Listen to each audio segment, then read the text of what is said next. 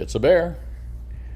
Good morning. Hey, what's up? This is Brian Kuzmar with Commercial Rare Coins and Precious Metals in beautiful Lauderdale by the Sea. We've got the live Hillsborough Inlet cam up. That's a couple miles north of me here in Deerfield Beach. Free cam, you can watch it anytime, and on weekends it's really interesting with all the boating traffic. If you like boats and bikinis, it's a great place to watch on weekends. Again, live cam. Another thing I wanted to point out real quick that not many people know that even live down here is that the Hillsborough Lighthouse, that prism up there that shoots the beam of light out, is the old school crystal type prism. I forget what they call them, but it's not LEDs. It's the one of the last surviving lighthouses in Florida that still uses some type of crystal or glass lens. Pretty cool stuff, and a really cool place right here if you've ever been through here. In fact, when I go out fishing, there's the route I take out in my boat. Man, it's so calm. It almost looks like a still picture. You'd think this was a still picture if you didn't see the trees moving here. Really cool sight. And let's move into precious metals right here and see what's happening. Well, it's Monkey Hammer Monday. I kind of expected a little bit. Let me do a quick refresh on this and see what we got going on here. Yeah, monkey hammering more for silver than gold. I've been saying that the strength we've been seeing in silver is really an effect of gold prices going up substantially. I think the gold play is much bigger than the silver play right now. More people kind of moving into gold because of inflation worries and that kind of thing. And I always tell my silver peeps out there, you gotta, even if you're not buying gold, you're not that much interested, you don't own much of it, you gotta keep an eye on the price of gold. It's the older sibling of the other two metals, silver and platinum, and where it goes, silver and platinum is going to follow. Maybe not right away, but eventually it always does. Historically, pretty much always, not pretty much, always does. So we're down $3 in gold. Let's take a look at when it happened. Let me guess, it happened this morning in New York. It's starting at 8 o'clock, where we actually have seen the price of gold and silver rise as well. A lot of activity for the last month or two or whatever it is. I've been noticing here in the mornings in New York in COMEX on the up and down side. Typically, markets were moved, markets moved up during the week, and then they would get monkey hammered on Fridays and Sunday nights or Mondays. That was the typical what happens. It is Monday morning, by the way, so that's, but it usually happened before New York open. It would happen in evening markets, the Globex markets, or the night before in overnight markets. Now we're seeing it happen at a specific time frame every day, Mondays through Fridays, and we're seeing it happen, like I said, between the hours of 8 in the morning, 8:20 I think is when New York opens, and around noontime. Some of the up markets have drifted right past that noontime, but when we've seen the monkey hammering, it usually happens between 8:20 and 11 o'clock. Let's see if that is the case today, and let's see what happens after noontime, where the markets head afterwards, which I think is real important. I'm going to refresh this again just because we've kind of been seeing a down market in gold. First, gold, just silver and platinum went down, and gold was down. Oh, take a look at that. Platinum up $5. Man, it's nearing that. Wow. I didn't even notice what platinum did last night. I'm sorry about that. Take a look at this, 1070, 1090. Platinum's nearing that $1,100 mark, interestingly enough. And for a little while, remember we were talking about platinum kind of being a tell for gold and silver, like it kind of knew where its older brother gold was going and its middle sibling silver was going. It's just kind of a little trend that I noticed. Perhaps platinum is showing us right here, and look, palladium's up as well. Perhaps this up platinum price, let's see if this continues. Again, take a look at this. We're near the daytime high here, where that's not the case with silver. And gold's trading in such a narrow range, it's hard to tell with that. But wow, just surprised me looking at this, folks, while we were talking here. So let's take a look at silver markets, 25.05 currently, with 25.40 being the high and 24.95 being the low overnights. Now, you know what? In reality, I'm not panicking about this, or not panic. I don't panic about any of this. I don't think I panicked ever about gold and silver since I realized how the game is played. You just don't panic anymore because you know what the end result is. However, again, silver trading in that 50-cent range is nothing abnormal. I mean, silver for a while was banging up and down in a dollar range, and nobody really thought too much of it. So these 50-cent trading ranges aren't too bad. And look at that, 27 cents right there. So sorry. 24.95 low and 25.40 the high. We're currently sitting closer to the low right now. Same thing with gold, the high 1870 overnight and the low 1857. Again, that's really a short range, 13 bucks, down $2.60. I'm not too worried about the price of gold right now. Something tells me that there's strength in gold, and obviously strength in platinum and palladium, even though we don't talk about, and I'm not going to talk about palladium because we sell so little of it. Why talk about something you sell very little of as far as a business goes? And palladium, to me personally, I don't have a lot of interest in it. It's just not an exciting metal to me, personally. Doesn't have that shine like gold and silver does. So platinum, again, looking really good here. Let's take a look at the overnight markets here with gold. I'm going to do a quick refresh here. And of course, I think we're going to just see that pattern, that trend we've seen for the last month or two is just carrying through right here. And of course it is. Looks like it's steadied off a little bit. Let's see what happens. And it's 24-hour spot bid, all right? Here's Sunday night. Sunday night's open was in the 1865. It looks like, did we peak at 1870? No, it looks like our 1870 peak was this morning. And what time was that? Was it before New York or after? A little hard to tell on this time. It looks like at New York. Or no, right before New York. It looks like it spiked up, and it looks like the line going downward is happening in New York. So I suspect that that spike up was either in London, and again, I can't tell London or Globex. I got to look at that chart that tells me which one's open at right before New York. Actually, Globex is a 24-hour market, so I believe it probably would have been anyway, Hong Kong, Sydney, who knows? But let's take a look at where again, New York in the morning. That trend follows through, and same thing with silver. Let's do a quick, except silver didn't really hit its high last night. Take a look at the Sunday night. In fact, it looks like silver got whacked last night, interestingly enough. Take a look at this. That is the New York, Sydney, or Hong Kong markets. This would be real interesting. Is there anyone out there that can do a little sleuthing and see? Again, this is very unusual, folks, to see. I haven't seen silver get hit like this in the Sunday night marks, especially when gold did not. If this happened in Globex, in my opinion, in the New York Globex market, if this monkey hammering happened in Globex, that to me was probably either fat fingering or someone selling a lot of silver into the thinly traded New York Globex markets with no other intent other than just to drive the price down, because who sells into nothing markets? Nobody does, unless their intent is to drive the price down. Again, thinly traded markets, you see huge trades, you see a line that goes straight down like that, that's usually monkey hammering and manipulation, because nobody in their right mind is going to sell a valuable asset when no one else is trading, when they're watching a line go straight down. That's just, again, monkey hammering, fat fingering. I suspect that's exactly what that is. Again, here's your Sunday night markets. Here is our open in New York. And what does that kind of tell us? Well, that's not the open in New York. There's the green line, our current line here this morning. There's the opening in the New York markets. And again, yeah, I suspect that this was Globex, and that this was, and again, New York. This is monkey hammering out of comics, I would bet, or something to that effect. But nothing new, and really I can't tell because I don't know who made these trades or who made this ridiculous trade right here in the middle of the night when no one else is trading shit. Oh, well. And again, continued forward here kind of leads me to believe the criminal is somewhere based in, not New York, but Comex. There you go. Well, or one of those traders, or somebody along those lines. I'm telling you, though, the short position had, I was waiting for this. Remember what I was telling you last week? I was waiting for, it's like an abused child. That's what silver is, an abused child. And pardon me for making that similarity, but there is, or an abused spouse, or abused person in general, okay? An abused person gets smacked so many times that when things are kind of looking good and their life is good, they're still waiting for that hand to come out of nowhere and smack them in the head.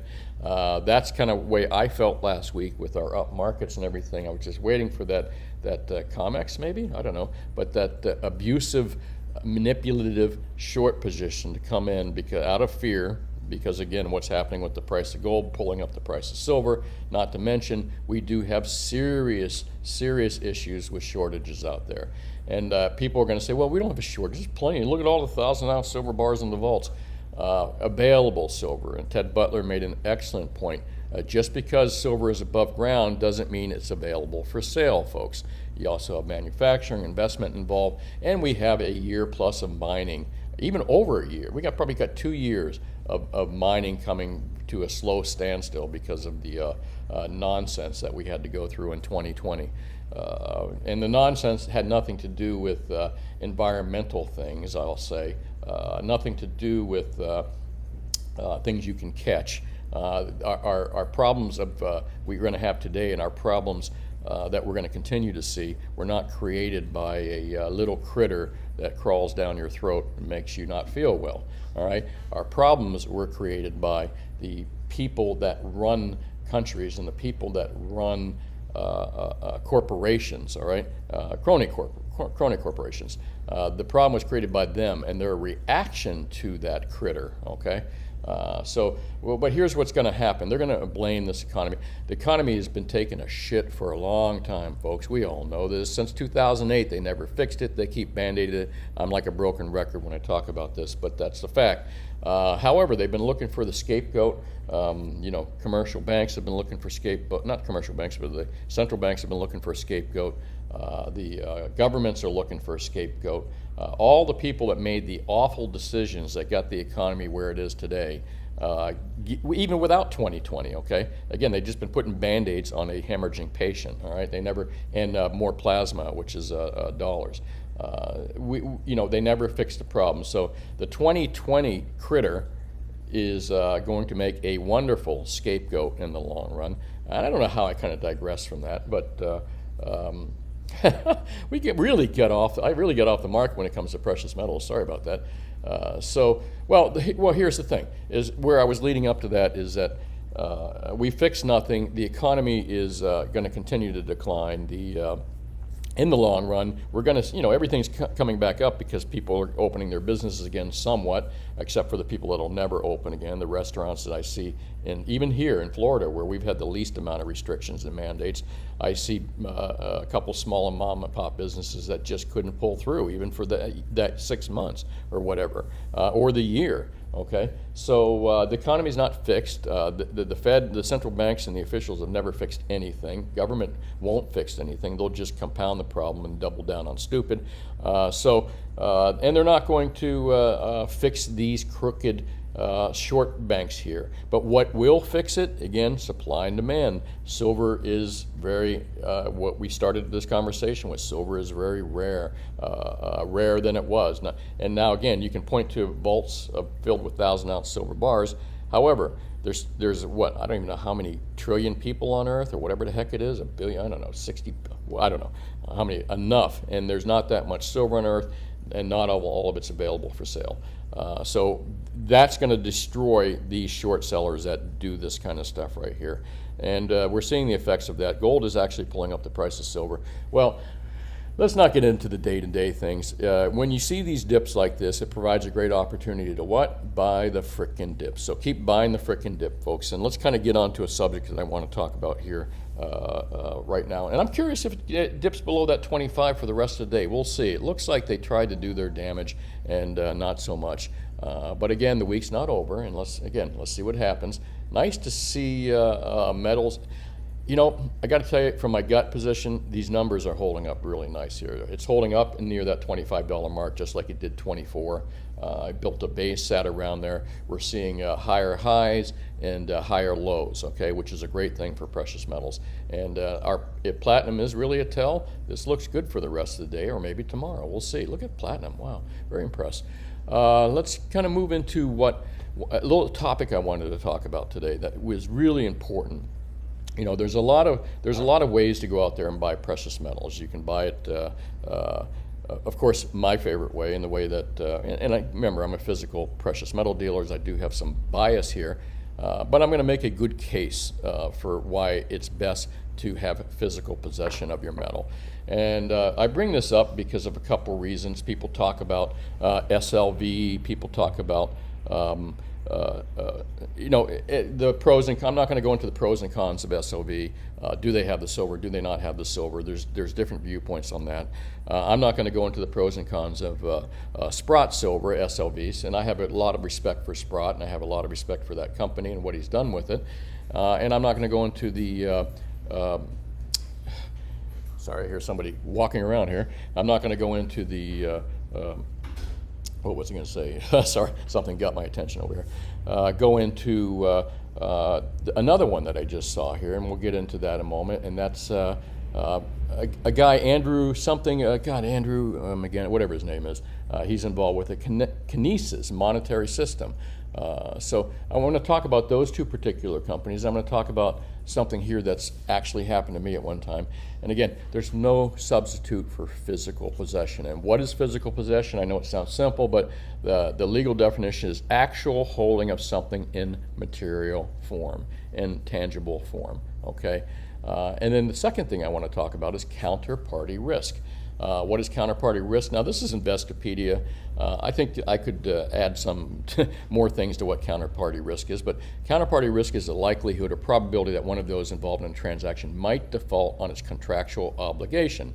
Counterparty risk can exist in credit, investment, and trading transactions. All right, pretty simple to figure out.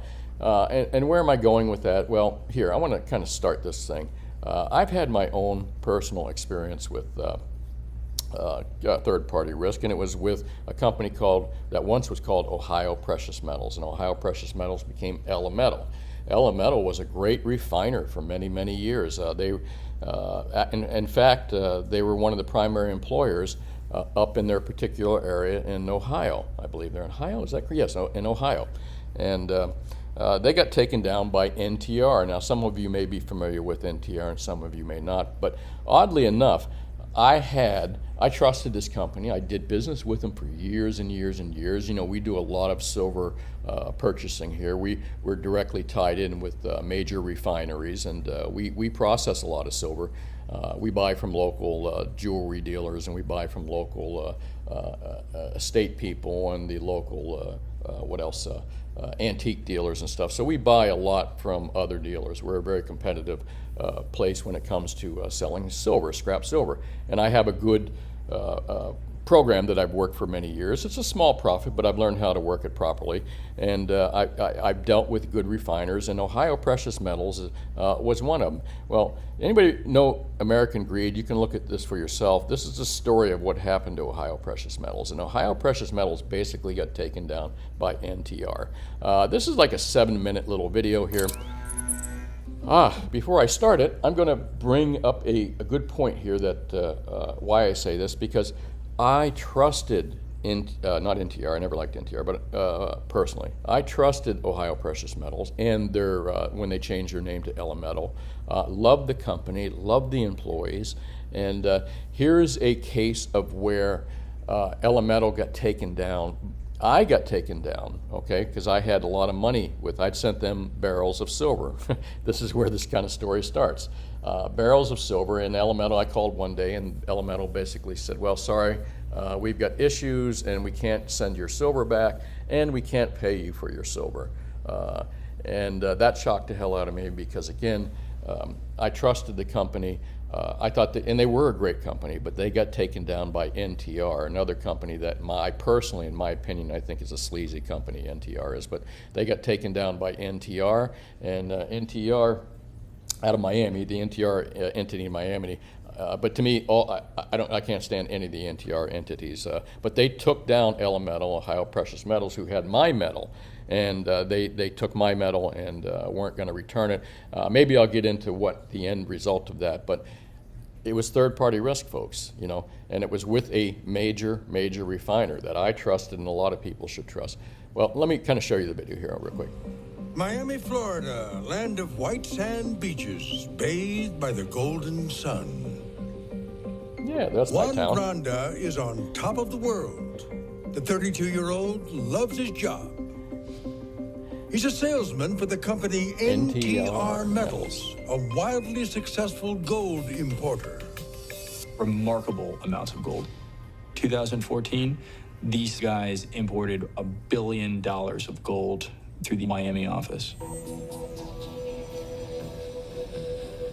Just a few years. Coincidentally enough, again, I'm in the South Florida area where NTR had their offices down in Miami. So just to kind of give you an idea. Rhonda works as a subprime home loan lender. But now he's a major player in the glittering world of the gold trade, traveling across South America in search of new sources of the precious metal. Doug Renadin is a former co-worker of Granda's. So more or less, what happened here, and I could go into the whole video, but I want you guys to kind of watch it for yourself in American Greed Full Opening, the Black Market Dirty Gold. That's the name of it. Not a lot of views on it, and it's CNBC Prime, and it explains exactly what happened.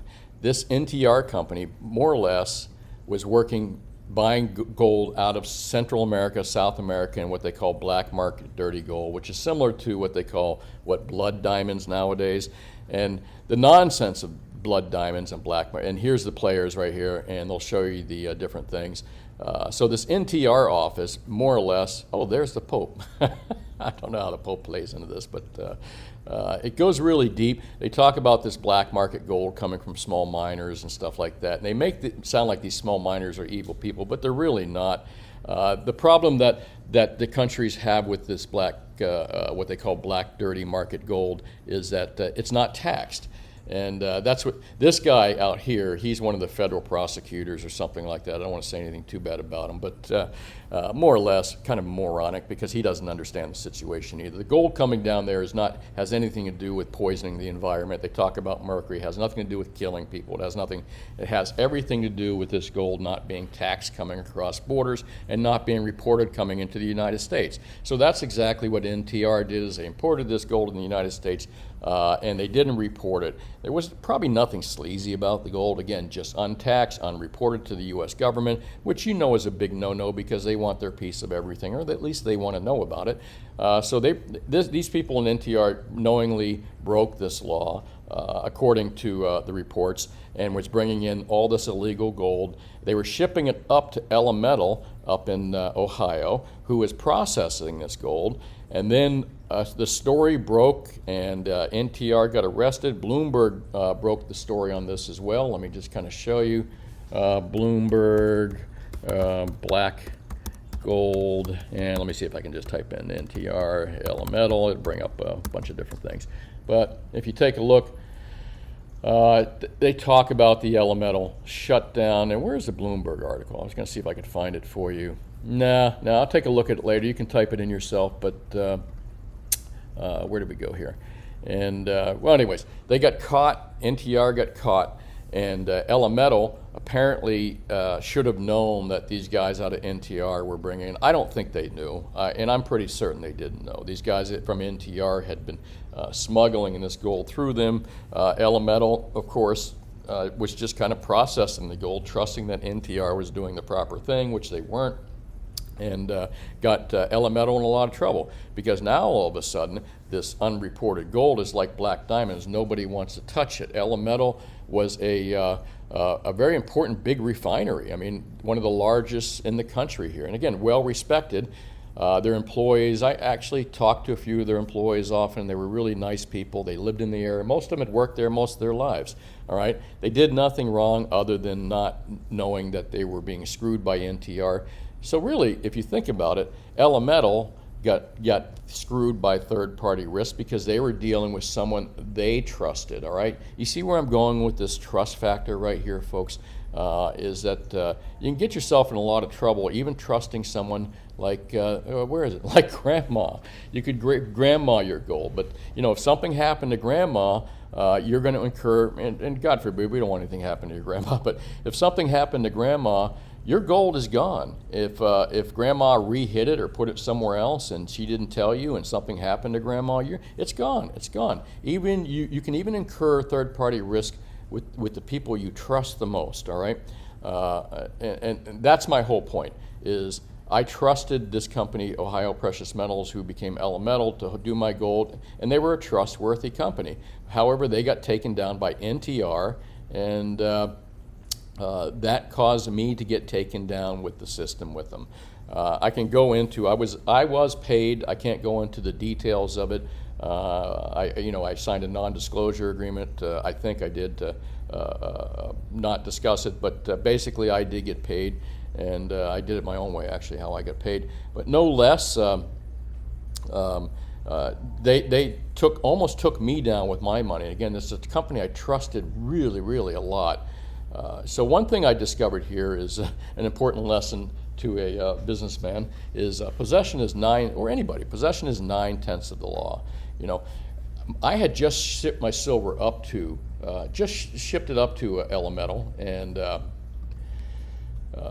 I just kind of put up what is that, Elemental? No, I just had shipped it up to them, and it was still sitting in a barrel. They had told me, they said it's still sitting in a barrel in the shipping receiving department. I said, well, just ship it back to me. You know, oh no, we can't do that. And it was another part of what I learned is possession is 9/10 of the law. They had it in their possession. There was nothing I could do. What was I going to do? Drive up to Ohio and ask a cop, hey, they got my shit in there, make them open the door? It doesn't work like that. So I wasn't going to get my silver back by going up there or trying to get it back through them. They basically told me to screw off, and that they were real nice about it. Sorry, we can't give it back to you, more or less is what they told me. Folks, again, company I trusted a lot, actually, and I still think they were good people, but they got taken down by someone else. This is third-party risk. And what I'm going to move into is the beauty of having precious metals in your hand, not having someone else hold it for you, okay? Not having an ETF, not having grandma even hold it for you. The beauty of having precious metal, and this saying says a lot, a bird in the hand is worth two in the bush. And it's better to have something that is certain than take a risk to get more, or something where you might lose everything. And that, like I said, even grandma is third-party risk, folks. There is no third-party risk in having something in your possession. Now, a lot of commodities, this is impossible to do. Other than land, you can live on your land, and basically that's taking possession of it. But corn, wheat, IBM, all these other things, you're prone to third-party risk. I don't know IBM, but the stocks, stocks, whether it's IBM, geez, why did I even bring up them? Tesla, Google. If you got money in them, you are very prone to third-party risk. That company could have another company take them down, take them out. It can happen to anyone. It can happen to the greatest company in the world can get taken down. And again, what is the whole point of actually owning a product like gold and silver? One of the big pluses of it for centuries and centuries, for thousands of years, and everyone knows about with gold and silver, is that you can physically possess it in your hand.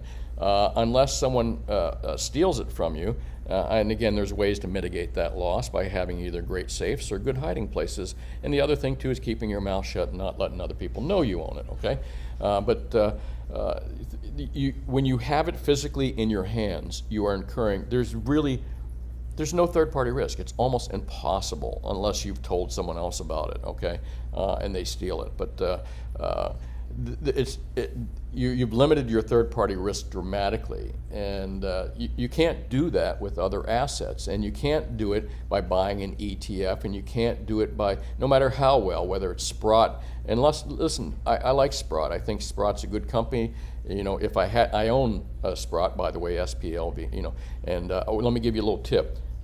If you do own any of these things, Sprott, and I'm not sure about Kinesis. I'm kind of still not sure what exactly it is they do. Well, I do know what they do, but I've got some questions about it. But Sprott, for example, been around for a while.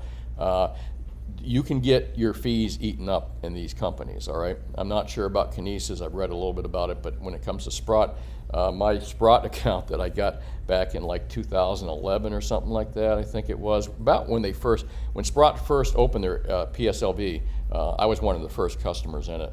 And I watched that. My Sprott shares go, where is they right now? $9.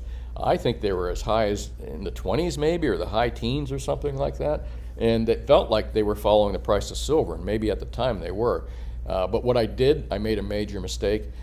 just was a small account for, I was going to have an IRA or something, and I figured IRAs are kind of worthless, but I was going to have an IRA, and so I opened up a Sprott account and stuck it in the IRA, and then I just forgot about it. I thought I could do that, like with silver, like silver blocks in my safe, or my personal silver inventory, that I could just leave it and come back and it would be there. Well, to my surprise, I'm coming back, it's worth about half of what I paid for it. But again, I got eaten up with fees, completely my fault. You should never buy something and ignore it. Well, hold on, you can buy stuff. One thing you can buy is gold and silver, and you can ignore it for a long time, and it's highly likely that it won't disintegrate when you get back or get eaten up by fees unless you got someone holding it for you, or, which in case you're encountering third-party risk. Again, these are, what I'm trying to explain to you folks is when you have the ability to own gold or silver, you don't have to, there's no legal requirement that says, like maybe an IRA or something that says you have to have someone else hold it for you. Hold it yourself, man. There's no reason to own an ETF, whether it's one of the best out there, Sprotts, in my opinion, or Kinesis, who I'm still trying to figure out exactly what they do. This is run by Andrew McGuire, by the way, and that's the guy's name, Andrew McGuire. And Andrew McGuire is one of the guys, what they call the early whistleblowers of COMEX, and how COMEX gold was being, or actually how gold prices were being manipulated. And he used to be very tied. They do a lot of articles in gata.org about him. So I know who the guy is. But again, I was reading this, which leads me to another thing. I was really surprised to see, I never really noticed, but I guess I'm kind of stupid when it comes to some online things, that Wall Street Silver actually promotes Kinesis money. And that kind of surprised me because, again, there's not much here about holding physical, and there's third-party risk involved. And I thought the Wall Street Silver apes were all about buying physical and holding on to physical. They didn't trust ETFs, no matter how well-intentioned and how well they run, because Wall Street Silver apes understand third-party risk. And so it surprises me to see that that the Wall Street Silver apes, or maybe it's just advertising of some sorts, but promoting third-party risk. And again, nothing against Kinesis money. I think if Andrew McGuire's involved with it, it can't be intentionally bad company. I don't think there's anything fraudulent going on. However, no matter how good a company is, remember this, folks, no matter how good a company is, no matter how great a guy Andrew McGuire is that's involved with this, no matter how great Kinesis may be, you don't have it in your hands, you don't own it, folks. And that's called third-party risk. And again, what is the point of owning gold, having someone else hold your gold and silver? I don't care if they're paying you, like Kinesis says somehow that they'll pay you to hold their silver, and all kinds of strange things. Again, I can't get into this right now, but whether they're paying you to hold their silver, which to me is a bit odd, like Kinesis says they will, or like Sprott, they charge a certain percentage to hold it, and if you're not careful, you'll get eaten up in fees over the years. So I don't really understand why you would do it on any kind of medium or long-term basis. I don't understand why you want to do it at all unless you were required to in an IRA to have someone else hold it for you. The whole purpose of having gold and silver is to have it in your hands where you don't incur third-party risk.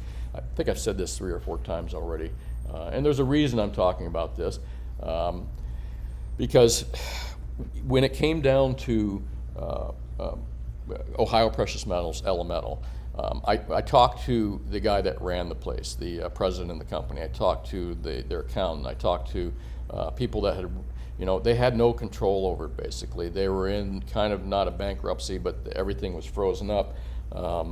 And you have to remember at that point that the business's primary concern is itself. So basically what Ohio Precious Metals did, Elemental, is they made sure, first off, that they were going to be okay. Their customers come second at that point.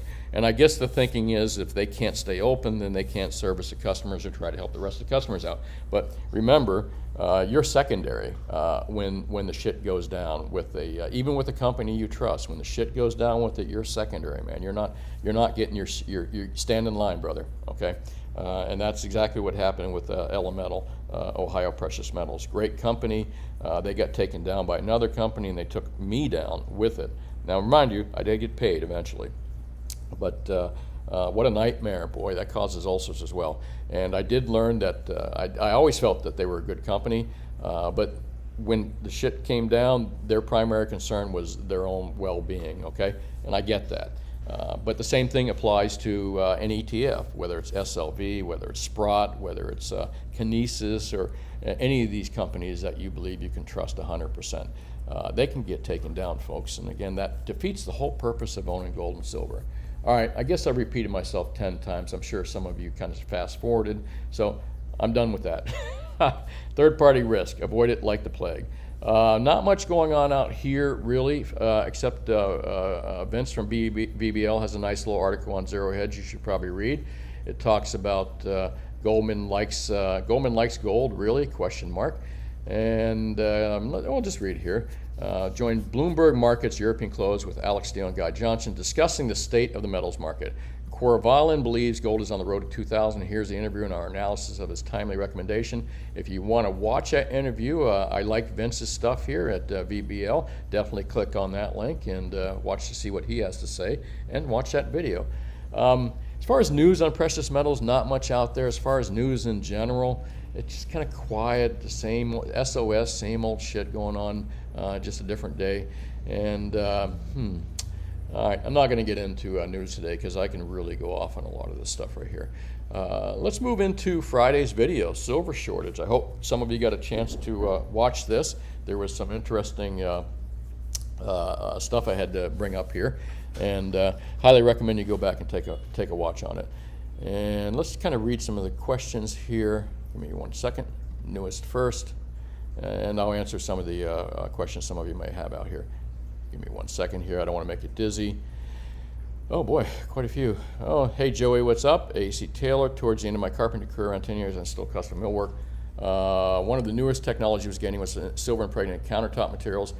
Yeah, exactly what I was talking about, AC, is that a lot of silver is used in a lot of different materials. So, you know, the silver usage used to be photography at one point. Used up a good percentage. There's really no silver used in photography anymore, and people had forgotten that a lot of that stuff was recycled as well. The kind of silver we're using now, like you're talking about in countertops and bed sheeting and all types of things, maybe even face mask. Heart of Texas, they use silver thread in army socks probably to keep the bacteria levels down. And that's all thrown away. I'm sure we have an issue with above ground silver shortage out here, folks. I'm definitely sure of it. Now, does this mean there's no above ground silver? No, but what is available above ground silver supplies are probably at their all-time lowest, and at least in my lifetime. I'm sure probably historically wise as well. Hager, thanks for watching. I appreciate it. I'm glad you got those sovereigns. They are a good deal. Thanks for watching, Sean, you as well. Knife collector, interesting point, and opinion on here and how much silver you should keep. I appreciate the comment there, and appreciate your comment as well, Bob Myers. Heard a silver dollar in water kills bacteria. I believe that's true. I've heard that as well, and I heard also it works in wine. They used to use it in wine, put silver in wine. Inspector Jason, hey, thanks, man. Nice to see you. Commenting, Internal Ponderer. The old days of photography are coming back. People are beginning to see the digital photos, but it'll never come back to the point like it used to be. It'll be kind of a hobbyist thing, so they'll never use that much silver. And again, in that business, they did recycle the silver. Be careful on that boat. Thank you, sir.